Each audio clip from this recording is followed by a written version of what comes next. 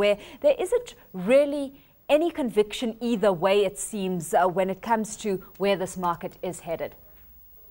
No, not really. I think the conviction of the Oceanic MD has stimulated the banking sector.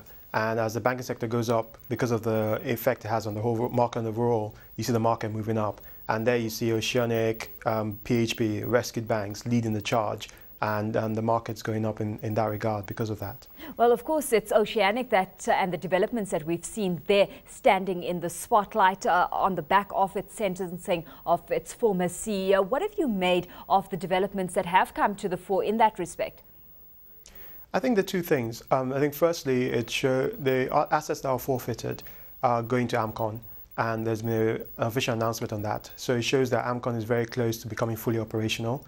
In terms of Amcon as well, the management that's been proposed by the presidency and the CBN have passed through the committee stage in the National Assembly and are expected to go through the full Senate confirmation in the next 2 weeks and then become operational by the end of the month. So that's a good plus. And I think that's what's helping gender up interest in the rescued banks. I think in terms of...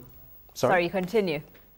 So in terms of Oceanic in particular, I think a lot of potential investors are seeing light at the end of the tunnel and a potential exit and potential resolution to new capitalization of Oceanic due to this conviction. We've had quite a few traders, though, highlighting that the market is trading more on sentiment than fundamentals at this stage. And it's this that's provided, for example, the boost to the banking sector as a whole. Are you a buyer in the banking arena right now, where we hear day in, day out that valuations are looking attractive?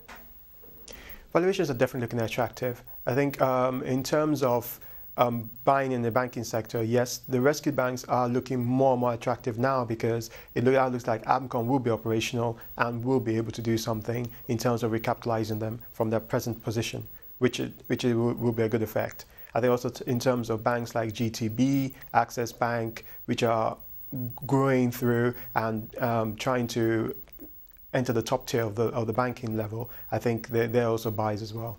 Well, banking sector aside, earlier this week we put a couple of the brewers up for review given the support it's enjoying from consumer demand. But growing infrastructure needs also working at making the construction players an attractive proposition, it seems. Your view on that sector, construction?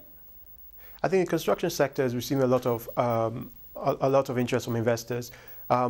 Mainly due to the potential merger between Dangote Cement and BCC Cement, which is expected to be listed on the stock exchange in the beginning of November.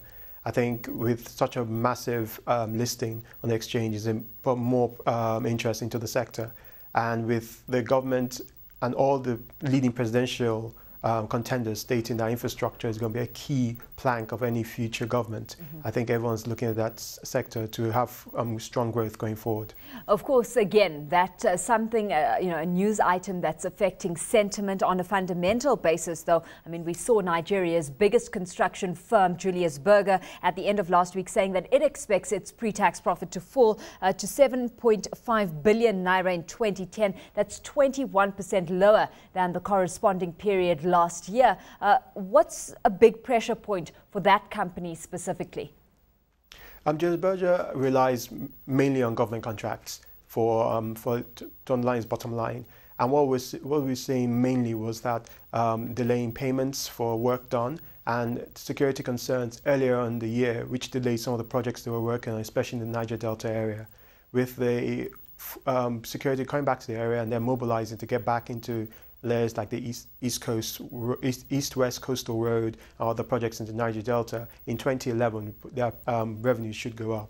I think they expect more government contracts in the near future, especially once the elections are over.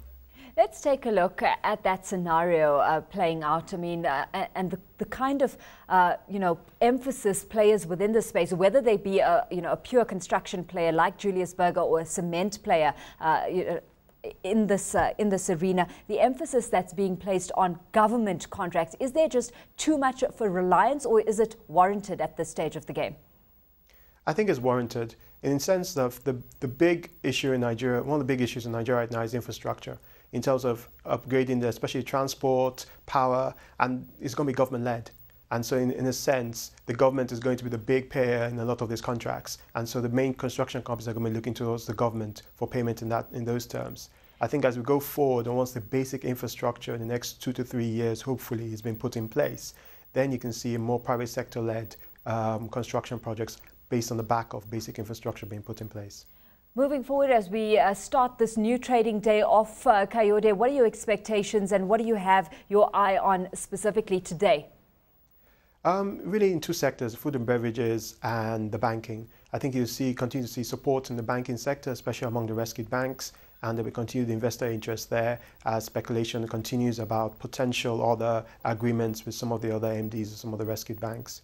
I think in the food and beverages, flour mills have led the way in the last 2 days, and companies like Cadbury are coming to the fore. And as we approach the very important Christmas end-of-year season where a lot of the consumer demand is focused, I think you will see the food and beverages sector, a lot of companies there doing well.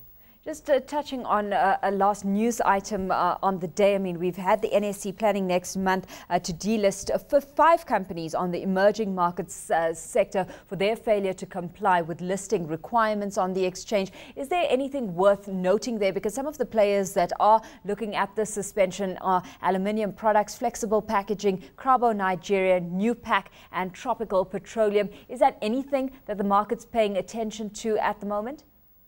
I think the main thing the market is focusing on is that the NSE is actually playing its role and clamping down on people who flout its regulations. I think in the past, the companies have been allowed to flout the regulations without any prospect of being called up. I think the fact now that the NSE is taking a strong line on that is encouraging to investors.